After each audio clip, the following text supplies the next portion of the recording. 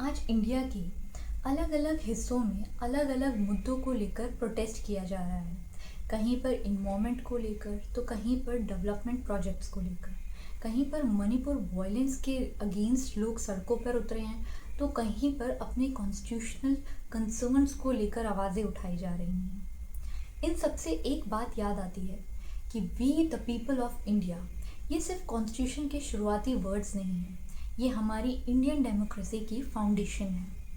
हमारा Indian constitution जो देश का सुप्रीम लॉ है, ये ना केवल हमें राइट्स देता है बल्कि हमारी डेमोक्रेसी में पार्टिसिपेशन भी रिकॉग्नाइज करता है। आर्टिकल 19(1) के तहत हमें freedom of speech and expression का राइट है। वहीं आर्टिकल 19(1)(b) के तहत हमें freedom of peacefully and without arms assemble होने का अधिकार है।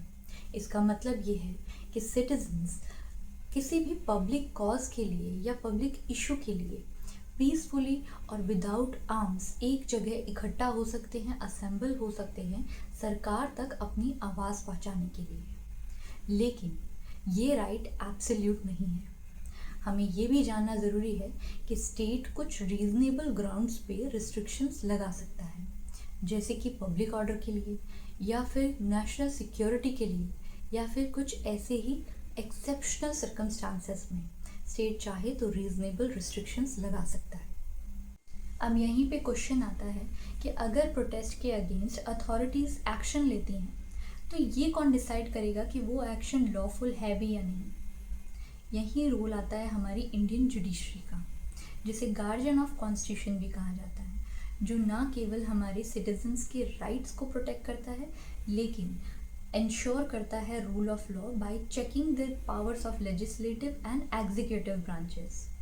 इसका मतलब ये है कि अगर किसी सिटीजन को ये लगता है कि उसके फंडामेंटल राइट्स वायलेट हुए हैं या फिर स्टेट अपने एक्शंस में कॉन्स्टिट्यूशनल लिमिट के बाहर गई है, तो वो डायरेक्टली हाई कोर्ट या फिर सुप्रीम कोर्ट को अप्रोच कर सकता है।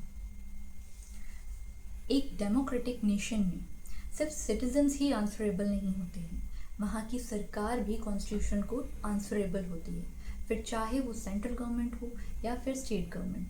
कॉन्स्टिट्यूशन से ऊपर कोई नहीं।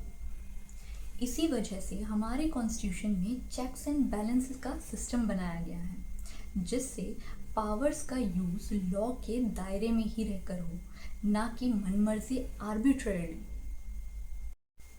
इसीलिए अगली बार किसी भी प्रोटेस्ट की अगर न्यूज़ देखें तो आप सिर्फ प्रोटेस्ट का मुद्दा नहीं, ये भी समझने की कोशिश करें कि उसके पीछे कॉन्स्टिट्यूशनल राइट्स क्या क्या इन्वॉल्व हैं, स्टेट की क्या क्या लीगल पावर्स हैं और जुडिशरी का वहाँ पे क्या रोल है।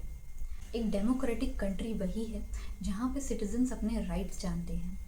स्टेट कॉन्स्टिट्यूशन के दायरे में रहकर अपनी पावर्स यूज़ करता है और जुडिशरी दोनों के बीच में रूल ऑफ लॉ को बैलेंस करती है। राइट्स एंड पब्लिक ऑर्डर के बीच में बैलेंस कैसे होना चाहिए?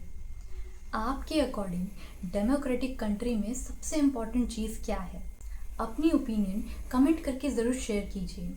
फॉलो करते रहिए लॉलेक्स विद मोनिका। जय हिंद।